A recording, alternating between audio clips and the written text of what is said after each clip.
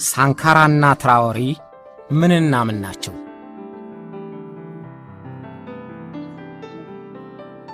በምዕራብ አፍሪካ የለውጥ እሳት እየነደደ ይመስላል። ባለፉት 10 ዓመታት በአፍሪካ ጋብ ብሎ የነበረው ወታደራዊ መፈንቅለ መንግሥት አገርሽቶበት እየተቀጣጠለ ነው። ባለፉት 2 ዓመታት ብቻ በቀድሞው የፈረንሳይ ቅኝ ግዛቶች በነበሩት 4 የምዕራብ አፍሪካ ሀገሮች ወታደሮች የሲቪሉን መንግሥት እያሽቀነጠሩ በሥልጣን ወንበሩ ላይ ቂጥጥ ብለዋል። ወታደራዊ መፈንቅለ መንግሥት በማንኛውም መለኪያ ቢሆን የሚደገፍ አይደለም፣ ሕገወጥና ዲሞክራሲን ባንገቷ የሚቀላ ነው እያሉ ብዙዎች ይፈሩታል። በእርግጥ የዚህን እውነትነት አፍሪካ ቀዳሚ ምስክር ናት። ግን እነዚያ የምዕራብ አፍሪካ ሀገሮች ሕዝቦች ሌሎች ስለ እነሱ ዴሞክራሲ ከሚናገሩት የተለየ አስተያየት እንዳላቸው መረሳት የለበትም። እረ ለመሆኑ ይላሉ የእነዚህ ሀገር ሕዝቦች፣ መጀመሪያውኑ የትኛው ዴሞክራሲ አለንና ነው? ፈረንሳይ በሀገራችን ባይታወር አድርጋን በቁም ስትግጠን መሪዎቻችን አይተው እንዳላዩ እየሆኑ እንዲያውም አጋፋሪያቸው ከሆኑ ሲቪል መሆናቸው ምን ጠቀመን እያሉ ይጠይቃሉ። እንዲያውም በምርጫ የመረጧቸውን መሪዎች ሥልጣናቸውን ለማደላደል ሲሉ ፈረንሳይን ካስቆጣን ሥልጣንም ዕድሜም ጤናም አይኖረንም እያሉ አሳልፈው የሚሰጡን መሪዎች መሪዎቻችን ልንላቸው ይገባሉ እያሉም ይጠይቃሉ። ስለዚህ ወታደራዊ መፈንቅለ መንግሥቱን ከፍ ባለ ስሜት ሲደግፉ ታይተዋል። ከ20 ሚሊዮን በላይ ሕዝብ ያላት ቡርኪና ፋሶ መፈንቅለ መንግሥቱን በደስታ ተቀብለውታል ከሚባሉት ሀገሮች ውስጥ ተመድባለች። በተለይም በመፈንቅለ መንግሥቱ መሪ በሻምበል ኢብራሂም ትራኦሬ ላይ የመተማመንና ተስፋ የማድረግ መንፈስ ያሳየች ይመስላል። አፍሪካዊነት፣ የአፍሪካን ሀብት ለአፍሪካ፣ ከእጃዙር ቅኝ ተገዥነት ነፃ የወጣች ቡርኪና ፋሶ፣ በአክራሪዎች የማትዋከብ ቡርኪና ፋሶ በሚል መፈክር እያስገመገመ የመጣውን የ34 ዓመቱን ሻምበል ትራኦሬ እሰይ አበጀኸኛ ልጅ እያለች እስክስታ እየወረደችለት ነው። ባለፈው 1 ዓመት የሥልጣን ጊዜው ያደረገው ንግግር ያሳየው የልማት ጅማሮ በፈረንሳይ ብዝበዛ ቆሽቱ ያረረውን የቡርኪና ፋሶ ሕዝብ አንጀቱን ቅቤ አጠጥቶታል። የተናገረውን ይፈጽመዋል ወይስ ለሕዝባቸው እድገትና ሰላም ለማምጣት ምለውና ተገዝተው የሥልጣኗን በትር ከጨበጡ በኋላ ግን የጭቃ ጅራፋቸውን እንደሚተረትሩት አምባገነን የአፍሪካ መሪዎች ይሆን? ይህ ወደፊት የሚታይ ሆኖ ለአሁኑ ግን እርጥብ ሳር አያንቅፍህ እያሉ በግለት ለመደገፍ አላመኑም።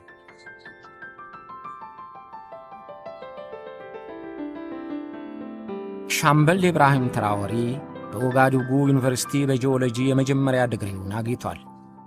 በሁለተኛ ደረጃም ሆነ በዩኒቨርሲቲ ቆይታው በትምህርቱ እጅግ በጣም ጎበዝ፣ ከመናገር ማድመጥን የሚመርጥ ጸጥተኛ ነበር ይላሉ። የዩኒቨርሲቲ ትምህርቱን የሚያጠናቅቀው በከፍተኛ ማዕረግ ነው።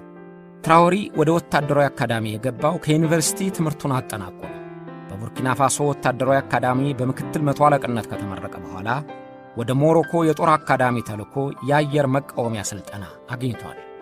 የሙሉ መቶ አለቅነቱን ማዕረግ እንዳገኘ በእግረኛ ክፍል ተመድቦ ያን ጊዜም እንዳሁኑ በቡርኪና ፋሶና በማሊ ያለው የአክራሪ ሙስሊሞች የትጥቅ እንቅስቃሴ ያስቸገረበት ጊዜ ነበርና ቡርኪና ፋሶ በተባበሩት መንግሥታት ድርጅት ስር ሆነው ወደ ማሊ የሚዘምቱ ወታደሮችን ልካለች። መቶ አለቃ ትራኦሬ ወደ ማሊ ከተላኩት የጸጥታ አስከባሪዎች አንደኛው ነበር። የአክራሪዎቹ እንቅስቃሴ ወደ ቡርኪና ፋሶ ሲዛመትም ከማሊ ግዳጃቸው ወደ ሀገራቸው እንዲመለሱ ከተደረጉት ወጣት መኮንኖች አንደኛው ትራኦሬ ነበር። ሻምበል ትራኦሬ በወታደሮች ስሙ እየታወቀ የመጣው ወደ ሰሜኑ የሀገሪቱ ክፍል ከአክራሪ ሙስሊሞች ጋር በተደረገው ጦርነት ነው። ጦርነቱ የከፋ ነበር። አክራሪዎቹ 40 በመቶ የሚሆነውን የሀገሪቱን ክፍል ተቆጣጥረውታል። 60 ሺህ ሕዝብ የሚኖርባትን ጃቦ ከተማን ለወራት ከበዋታል። ግድያው በየቀኑ ተፋፍሟል። መቶ አለቃ ትራኦሬ አንድ የሻምበል ጦር እያዘዘ ያሳየው የውጊያ ብቃትና ከወታደሮቹ ጋር ያለው ቅርበት በብዙዎቹ ዘማቾች ዘንድ አስተዋወቀው። የዘመቻ ዕቅድ በመንደፍና በፈጣን የጥቃት እንቅስቃሴውም በከፍተኛ አለቆቹ ዘንድም በአክብሮት እንዲታይ ረዳው።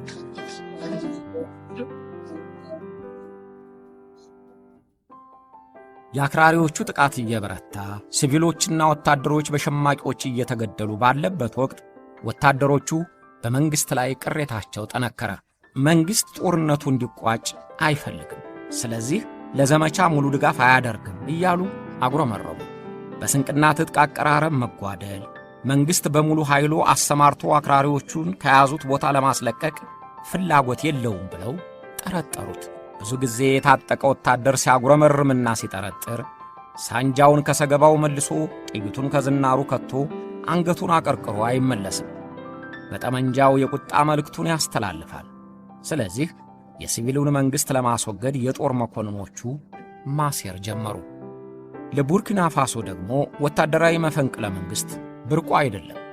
በ66 ዓመት የነጻነት ታሪኳ 8 ጊዜ መፈንቅለ መንግሥት ተደርጎ ከአንዱ በቀር ሁሉም ተሳክተዋል። 9ኛውን መፈንቅለ መንግሥት ለማድረግ ነው ወታደሮቹ የተስማሙት። ሌተና ኮሎኔል ሄነሪ ዳሚምባን አለቃቸው ያደረጉ ወታደራዊ መኮንኖች የፕሬዝዳንት ሮሽ ኮበሬን መንግሥት በጦር ኃይል አስወገዱት። ያን ጊዜ በቅርቡ የሻምበልነት ማዕረግ ያገኘው ትራወሬም የመፈንቅለ መንግሥቱ አድማ ተባባሪ ብቻ ሳይሆን አስተባባሪም ነበር። በዚህም ተሳትፎው ሳይሆን አይቀርም የሬጅመንት አዛዥ ሆኖ የተሾመ።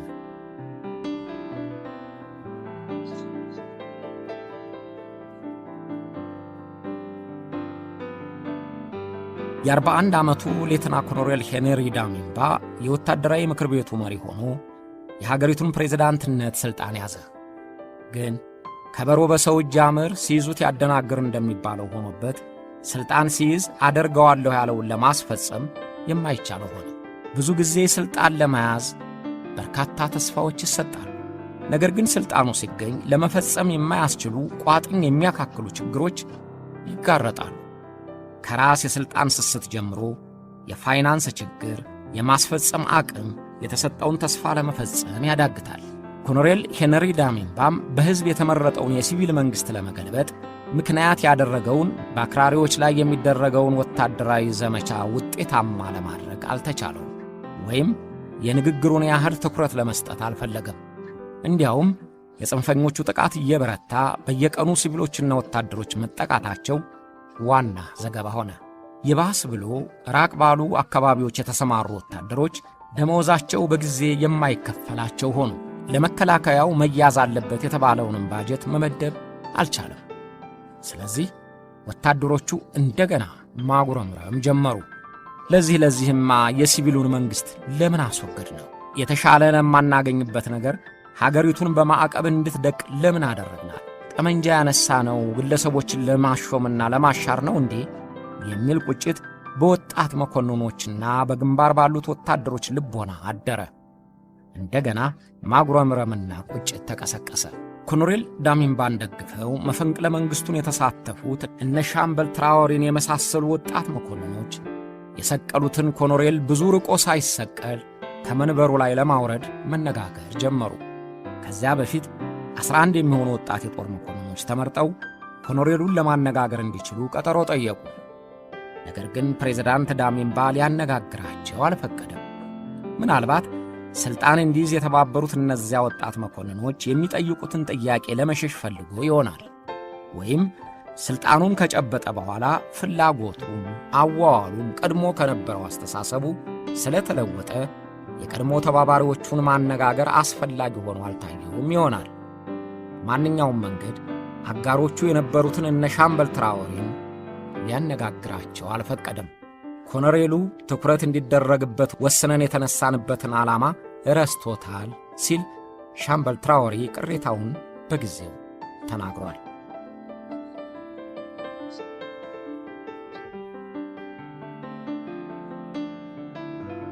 ወጣት መኮንኖቹ ለቡርኪና ፋሶ 10ኛ የሆነውን ወታደራዊ መፈንቅለ መንግሥት ተግባራዊ ለማድረግ ተንቀሳቀሱ። በዚህ ጊዜ መሪያቸው ከከፍተኛ መኮንኖች ሳይሆን ከመስመራዊ መኮንኖች ውስጥ እንዲሆን ወስነዋል። መስከረም 19 2014 ዓ.ም ከምሽቱ 2 ሰዓት ሲሆን ከፍተኛ የጦር አዛዦች ሳያውቁ ወጣት መኮንኖች በሚስጥርና በድንገት ወደ ቴሌቪዥን ጣቢያው ገሰገሱ። በሴራውም ኮብራ በሚል ስም የሚጠሩት የአሸባሪዎችን ለመመከትና ለማጥቃት የተደራጁት ልዩ ኮማንዶዎችም ተባብረዋል። ወታደሮቹ የቴሌቪዥን ጣቢያውን ተቆጣጥረው ኮሎኔል ሄነሪ ዳሚምባ ከነ ካቢኔው ከሥልጣን መወገዱን፣ የአርበኞች እንቅስቃሴ ለደህንነት ወታደራዊ ምክር ቤት መቋቋሙን መሪውም ሻምበል ኢብራሂም ትራኦሬ መሆኑን አሳወቁ። ሻምበል ትራኦሬ በመፈንቅለ መንግሥት ሥልጣን የያዘው ኮሎኔል ዳሚምባ በመፈንቅለ መንግሥት ሥልጣን በያዘ 8 ወራት በኋላ መሆኑ ነው። ኮሎኔል ዳሚምባ መፈንቅለ መንግሥቱ ሲካሄድ የት እንደነበር አልታወቀም። ከጥቂት ተኩስና 20 የሚሆኑ ሰዎች ከመሞታቸው በስተቀር የበረታ ትርምስና ግጭት ሳይፈጠር መኮንኖቹ ሥልጣኑን በእጃቸው አስገቡ። የኡጋዱጉ ከተማ ሕዝብም ለትራኦሬ ወታደራዊ መንግሥት ድጋፉን በሰልፍ አረጋገጠ። በድጋፍ ሰልፉ ላይ ሕዝቡ የሩሲያን ባንዲራ እያውለበለበ የፈረንሳይን ባንዲራ እየቀደደ ታየ። ይህ እርምጃ በራሱ ለሻምበል ትራኦሬ አቋም ድጋፍ መሆኑ ነው። በዚህ መንገድ በዓለም ካሉት መሪዎች በዕድሜ ትንሹ የተባለው ሻምበል ኢብራሂም ትራኦሬ የቡርኪና ፋሶን የፕሬዝዳንትነት ሥልጣን ጨበጠ።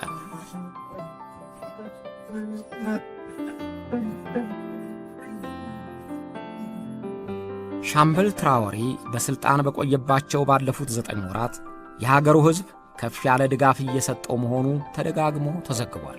ዓላማውንና አነሳሱን ብርታቱንና ጥንካሬውን እናውቃለን የሚሉ ደጋፊዎቹም በሚያደርጉለት ቅስቀሳ አብዛኛው ሕዝብ ከጎኑ መሰለፉን በጥላቻ የምታየው ፈረንሳይ ውስጥ የሚታተሙ ጋዜጠኞች ጭምር እየጻፉ ነው። በእርግጥ ብዙ ጊዜ ወታደራዊ መፈንቅለ መንግሥት ሲደረግ ሕዝብ እያጨበጨበ መጨፈሩ በተደጋጋሚ ታይቷል። በተለይ የአፍሪካ መፈንቅለ መንግሥታት ሕገወጥና አደገኛ መሆኑን የሚገነዘቡት ሳይቀር በእግራቸው እየጨፈሩ በእጃቸው እያጨበጨቡ ሲደግፉት ታይተዋል። ኢዲ አሚን በጉልበት ሥልጣን ሲይዝ አበጀህ የሚል ደጋፊ ተሰልፎለታል። ሳሙኤል ዶ መሪውንና ሚኒስትሮቹን አስገድሎ ሥልጣን ሲይዝ የጨፈረለት ሕዝብ ብዙ ነበር። እነ መንግሥቱ ኃይለ ማርያም ንጉሡንና ሚኒስትሮቹን ገድለው ሲፎክሩ እሰይ እሰይ የሚሉ አልታጡም። የሩዋንዳውን አዙዊኩን በረሃብ የገደሉት ወታደሮች ተጨብጭቦላቸዋል። በአፍሪካ ብቻ ሳይሆን በሌሎችም ሀገሮች በተደረጉ መፈንቅለ መንግሥታት የሕዝብ ድጋፍ ሰልፍ አግኝተዋል። የዚህ ምክንያቱ ያለፈው መንግሥት አገዛዝ ያስመረረው ሕዝብ ከዚህ የከፋ አይመጣብኝም ብሎ ስለሚያምንና ሳሩን አየህና ገደሉን ሳታይ እንደሚባለው እየሆነበት ነው። ከማይከፈት የብረት ቅርቃር ከማይወጣበት የመከራ አረንቋ መግባቱን የሚያውቀው ውሎ አድሮ ነው። ያን ጊዜ ደግሞ ያን መንግሥት የሚያጠፋ ኃይል እንዲመጣለት ይመኛል። በቡርኪና ፋሶ ግን አሁንና ከ40 ዓመታት በፊት የነበረው መፈንቅለ መንግሥት የሕዝብ ድጋፍ የተሰጠው ከዚህ የተለየ ይመስላል።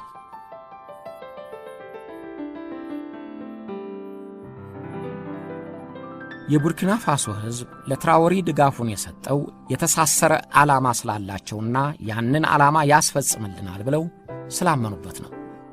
አንደኛው ትራኦሬ በፈረንሳይ ተጽዕኖ ላይ ያለው የማያወላውል ጥላቻና ተቃውሞ ነው። ፈረንሳይ ቅኝ ገዢዎቿ በነበሩት ምዕራብ አፍሪካውያን ዘንድ በብርቱ የምትነቀፍ ናት። ፈረንሳይ ዛሬም በቀድሞ ቅኝ ግዛቶቿ ላይ እንደ መዥገር ተጣብቃ የመጠመጠቻቸው መሆኑን ብዙዎቹ ያሳምማቸዋል። በውል አስራ በእጃዙር ቅኝ አገዛዝ ሀብታቸውን እንደምትቦጠቡጠው ስለሚያውቁ እንደ ተብከመከሙ ነው የሚኖሩት። የፈረንሳይን መራር ጫና ለመረዳት የማይፈልጉት ሥልጣን የያዙት መሪዎቻችን ብቻ ናቸው እያሉም ይጠሏቸዋል። የፈረንሳይን ጥቅም የሚነካ መሪ በሥልጣን ለመቆየት ብቻ ሳይሆን በሕይወት ለመቆየት እርግጠኛ ስለማይሆን ሥልጣን የያዙ መሪዎች የፈረንሳይ ደጅ ጠኝ ይሆናሉ። ፈረንሳይ ጥቅሟን የሚቃወሙትን አፍሪካውያን እያስወገደች የሚያደዘድዙላትን መሪዎች በጦር ኃይል ሳይቀር እየደገፈች መዝረፏን ትቀጥላለች። ይህንንም የቡርኪና ፋሶ ሕዝብ በዓይኑ በብረቱ አይቷል። ተወዳጁ መሪያችን የሚሉት ሻምበል ቶማስ ሳንካራ ቡርኪና ፋሶ ለቡርኪና ፋሶ ሕዝብ በማለቱና የፈረንሳይ ጥገኝነትን በመቃወሙ የነበረውንም የግንኙነት ለማቋረጥ በመነሳቱ እነ ፈረንሳይና አሜሪካ ተባብረው ጓደኛውን አስከድተው እንዴት እንዳስወገዱት አይረሱትም። ስለዚህ በፈረንሳይ ላይ ያለው ጥላቻ የበረታ ነው። ሻምበል ትራኦሬ ይህንን የሕዝብ ስሜት አጥብቆ ይጋራል። በሥልጣን በቆየባቸው ጥቂት ወራት እንኳን ከፈረንሳይ ተጽዕኖ ለመላቀቅ ያለውን ቁርጠኝነት አሳይቷል። ሥልጣን በያዘ በአራተኛው ወር የአክራሪ ሙስሊሞችን እንቅስቃሴ ለመግታት በቡርኪና ፋሶ ሰፍሮ የነበረውን የፈረንሳይ ጦር እንዲወጣ አድርጓል። የፈረንሳይን በአፍሪካ ሀገሮች ላይ ያላትን ፖሊሲ ተቃውሞ እኩል የሚያስተያየን ግንኙነት ብቻ እንፈቅዳለን የሚል ማስጠንቀቂያ አዘል መመሪያ ሰጥቶ ፈረንሳይና አሜሪካን እንደ ጎን ውጋት እንደ ራስ ምታት ከሚያወጥ ሩሲያ ጋር ወዳጅ መሆኑን በይፋ አሳይቷል። ፒተርስበርግ ድረስ ሄዶ ከፕሬዝዳንት ቭላዲሚር ፑቲን ጋር መምከሩ፣ ፈረንሳይን የሚጎንጥ ንግግር ማድረጉ በምዕራባውያን ዘንድ ከንፈር የሚያስነክስበት ቢሆንም በሕዝቡ ዘንድ ግን ድጋፍ አሰባስቦለታል። Les questions que mes générations se posent sont les suivantes, si je peux me résumer. C'est de ne pas comprendre comment l'Afrique avec tant de richesses sur notre sol. የኔ ትውልድ የሚጠይቃቸው ጥያቄዎች የሚከተሉት ናቸው። እጅግ የበረከተ ሀብትና የተፈጥሮ ጸጋ ያላት አፍሪካ፣ ውሃ፣ የፀሐይ ብርሃን እንደ ልቧ የምታገኘው አፍሪካ እንዴት ድሃ አህጉር እንደሆነች ለመረዳት ያስቸግራል። አፍሪካ ረሃብተኛ አህጉር ናት እና እንዴት ነው መሪዎቻችን እርዳታ ለመለመን ሀገር አቋርጠው የሚሄዱት? ይህ እስካሁን መልስ ያላገኘንለት ጥያቄያችን ነው። ከዚህ በኋላ አዲስ ግንኙነት ለመፍጠር መዘጋጀት አለብን። ይህ አይነቱ ግንኙነት ሕዝባችን ወደፊት የተሻለ ዓለም እንዲኖረው ያደርጋል የሚል ተስፋ አለኝ።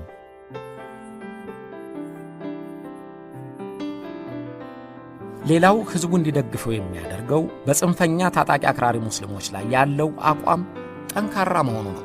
ትራኦሬ ቀዳሚው ነገር ቡርኪና ፋሶን ከአሸባሪዎች ማጽዳት መሆኑን መናገር ብቻ ሳይሆን በተግባር እያሳየ ነው። ለሥልጣን የበቃበት አንደኛው ምክንያት ይህ መሆኑን ያውቀዋልና ለመከላከያው ልዩ ትኩረት ሰጥቷል። ክፍተቱን ሞልቶ መከላከያውን አጠናክሮ 40 በመቶ የሀገሪቱን ክፍል በተቆጣጠሩት አክራሪዎች ላይ ውጤት ያለው እንቅስቃሴ እያሳየ ነው።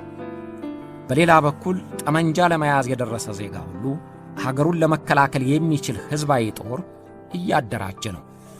ሕዝባዊው ኃይል የነ ፈረንሳይ እርዳታ ሳያስፈልግ መብቱን ያስከብራል፣ አሸባሪዎችን ያስወግዳል ብሎ በጽኑ ያምናል። Pour ce qui concerne le Burkina Faso, aujourd'hui nous sommes confrontés depuis à la forme de manifestation la plus barbare, la plus violente. ቡርኪና ፋሶን በሚመለከት ባለፉት ጊዜያት ባርነትን እንድንሸከም መደረጉ ቀጥሏል። ሐዘን አይሰማንም፣ ማንም እንዲያዝንልንም አንጠይቅም። የቡርኪና ፋሶ ሕዝብ ሽብርተኝነትን ለመዋጋትና እድገቱን ለማፋጠን ወስኗል። ይህን ትግል በአሸናፊነት ለመወጣት 20 ሚሊዮን የሚሆነው ሕዝባችን በሽብር ላይ ጠመንጃ ያነሳል። ይህንን የሕዝብ እንቅስቃሴና መሰል ድርጊቶችን ኢምፔሪያሊስቶች መቃወማቸውን ስንሰማ እንደነቃለን። የሚያሳዝን ነው። በአውሮፓ ሕዝቦች አገራቸውን ለመጠበቅ ጠመንጃ ሲያነሱ አርበኞች ይባላሉ። አያቶቻችን አውሮፓን ለማዳን ዘምተዋል። ከፈቃዳቸው ውጪ በግድ ያደረጉት ነበር። ግን መሠረታዊ መብታቸውን መጠየቅ ሲጀምሩ ተረሸኑ። ይህ ጉዳያቸው አይደለም።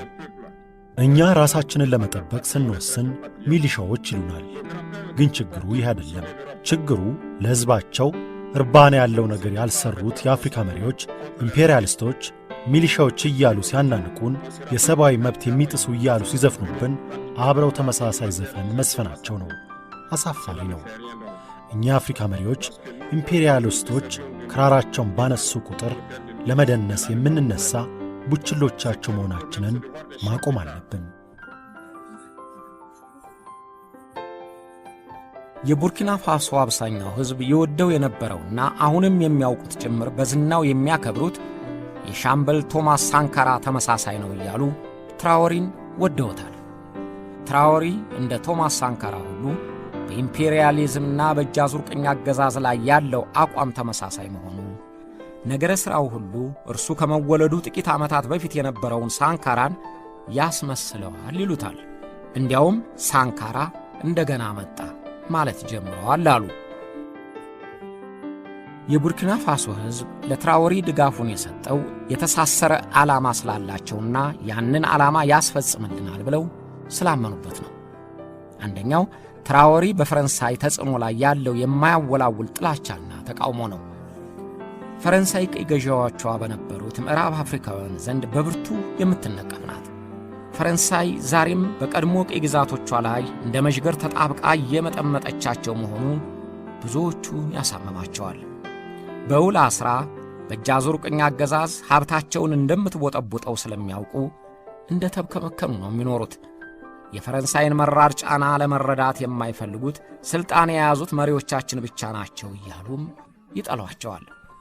የፈረንሳይን ጥቅም የሚነካ መሪ በሥልጣን ለመቆየት ብቻ ሳይሆን በሕይወት ለመቆየት እርግጠኛ ስለማይሆን ሥልጣን የያዙ መሪዎች የፈረንሳይ ደጅ ጠኝ ይሆናሉ።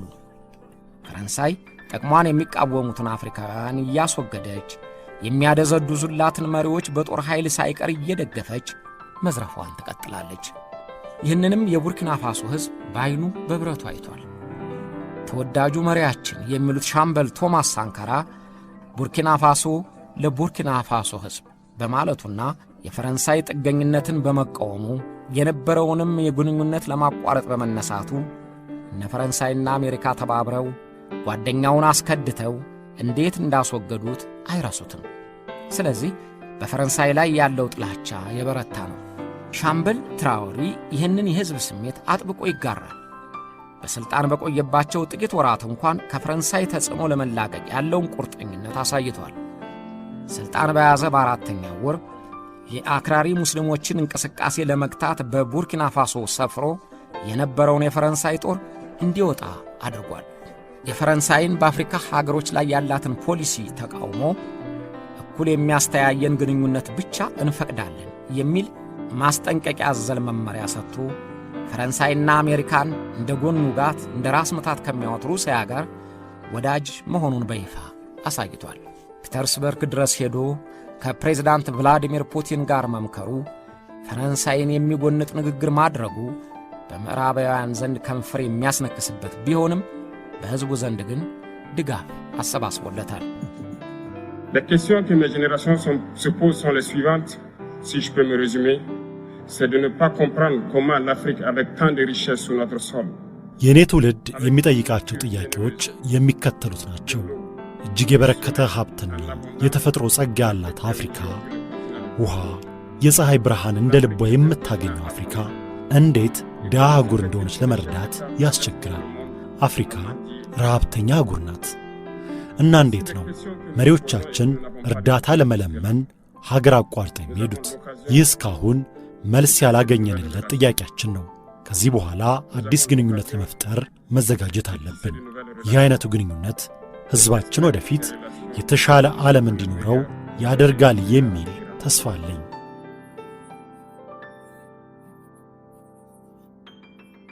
ሌላው ሕዝቡ እንዲደግፈው የሚያደርገው በጽንፈኛ ታጣቂ አክራሪ ሙስሊሞች ላይ ያለው አቋም ጠንካራ መሆኑ ነው። ትራኦሬ ቀዳሚው ነገር ቡርኪና ፋሶን ከአሸባሪዎች ማጽዳት መሆኑን መናገር ብቻ ሳይሆን በተግባር እያሳየ ነው። ለሥልጣን የበቃበት አንደኛው ምክንያት ይህ መሆኑን ያውቀዋልና ለመከላከያው ልዩ ትኩረት ሰጥቷል። ክፍተቱን ሞልቶ መከላከያውን አጠናክሮ 40 በመቶ የሀገሪቱን ክፍል በተቆጣጠሩት አክራሪዎች ላይ ውጤት ያለው እንቅስቃሴ እያሳየ ነው። በሌላ በኩል ጠመንጃ ለመያዝ የደረሰ ዜጋ ሁሉ ሀገሩን ለመከላከል የሚችል ሕዝባዊ ጦር እያደራጀ ነው።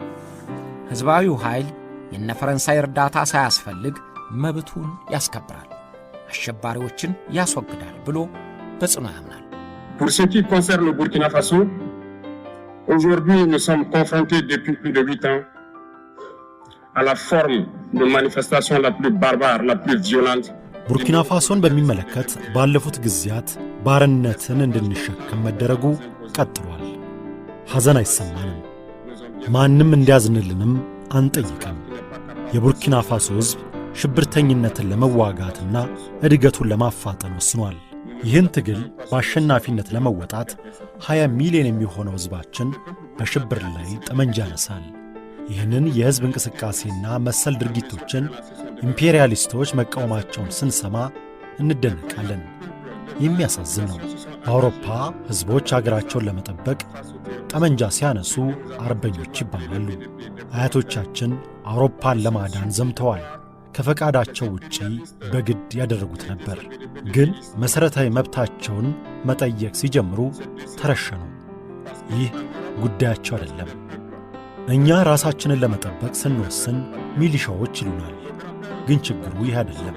ችግሩ ለሕዝባቸው እርባና ያለው ነገር ያልሰሩት የአፍሪካ መሪዎች ኢምፔሪያሊስቶች ሚሊሻዎች እያሉ ሲያናንቁን፣ የሰብአዊ መብት የሚጥሱ እያሉ ሲዘፍኑብን አብረው ተመሳሳይ ዘፈን መስፈናቸው ነው።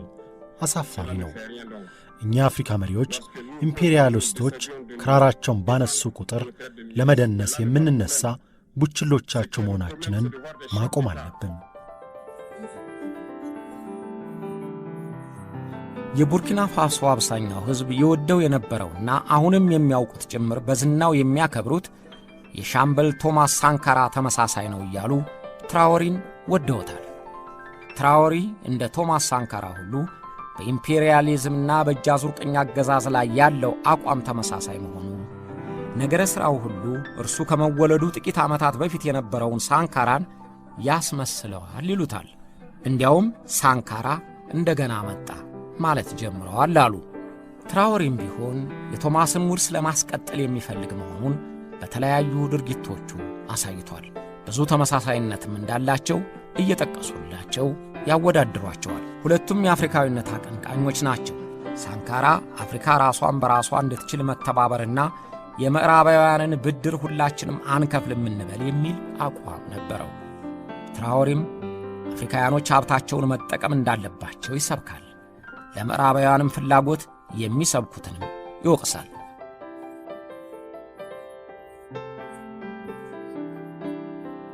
ሳንካራና ትራኦሬ የተመረቁበት የጦር አካዳሚ ተመሳሳይ ሲሆን ሁለቱም በትምህርታቸው የማዕረግ ተመራቂ ናቸው።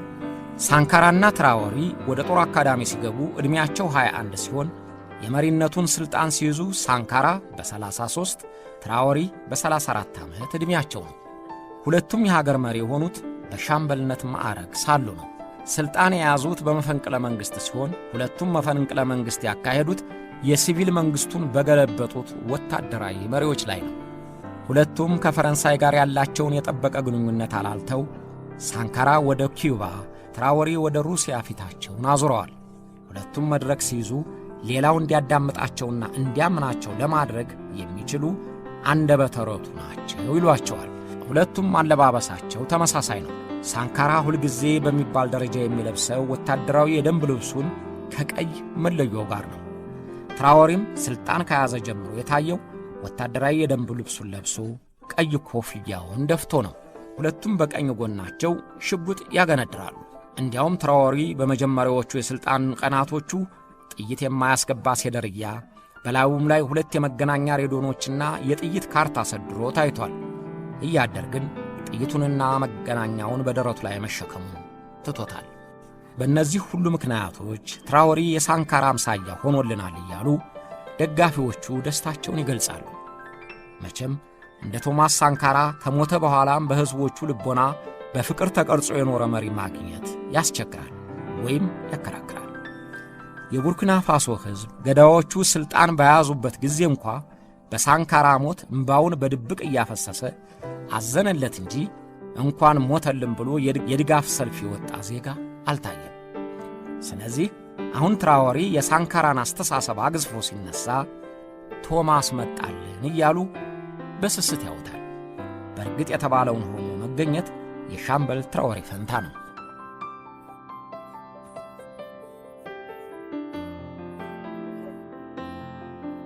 ሻምበል ትራኦሬ እንደ ቀዳሚው ሻምበል ቶማስ የቀድሞ ባለሥልጣኖችን ያስተናገደበት መንገድም ተመሳሳይ ነው።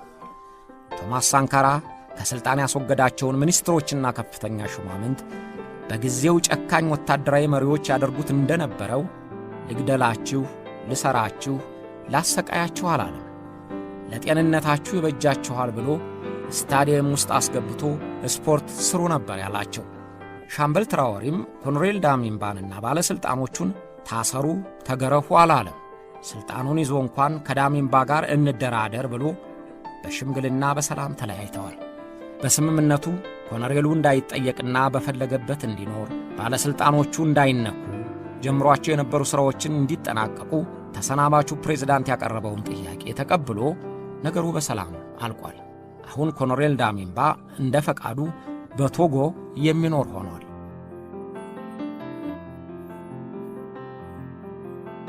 ሻምበል ትራኦሬ የውጭ ፖሊሲውን ከሀገራት ጋር የሚኖረውን ግንኙነት የእኩልነትና የሰጥቶ መቀበል ብቻ መሆን አለበት ብሎ ወስኗል።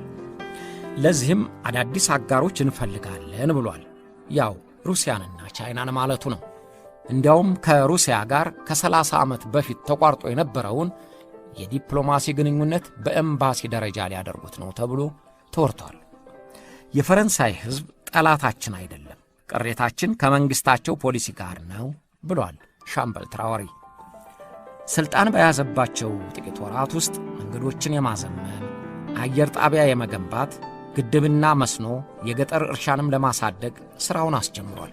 የጀመረውን ልማት ለማስፈጸምም ቡርኪና ፋሶ በአፍሪካ 4ኛ የሆነችበትንና የምትታወቅበትን የወርቅ ምርት እንጠቀምበታለን ብሏል። ቀደም ሲል የወርቅ ምርቱ በአብዛኛው በፈረንሳይ ኢንቨስተሮች ስር በመሆኑ ዜጎች እንዳልተጠቀሙበት በምሬት ሲናገሩ ከርመዋል።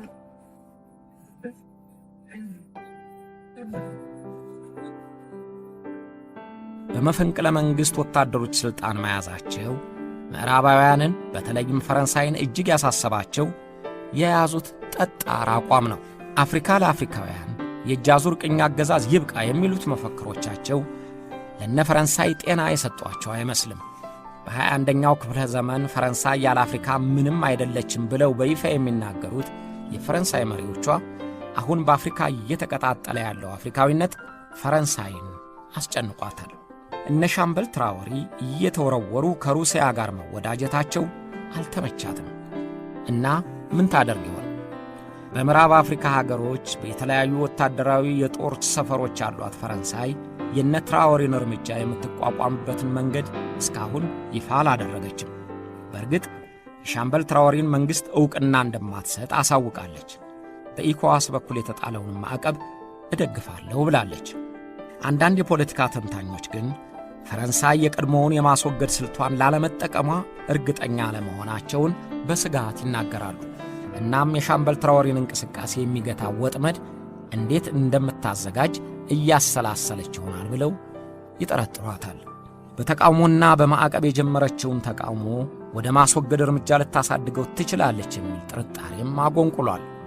ገና ካሁኑም በሻምበል ትራወሪ ላይ የመፈንቅለ መንግሥት ሙከራ መደረጉን ከዚሁ ጋር ያያይዙታል። እርግጥ ሙከራውን ያደረጉት ወታደሮች ታስረዋል።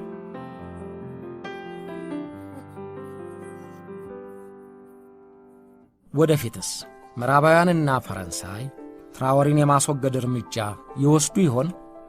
በሌላ በኩል በመጪው ሐምሌ ወር ሕዝቡ ለመረጠው መሪ ሥልጣን አስረክባለሁ ያለውን ሻምበል ትራወሪ ተግባራዊ ያደርገው ይሆን? ለእነዚህ ሁለት ጥያቄዎች መልስ የሚሰጠን ጊዜ ይሆናል።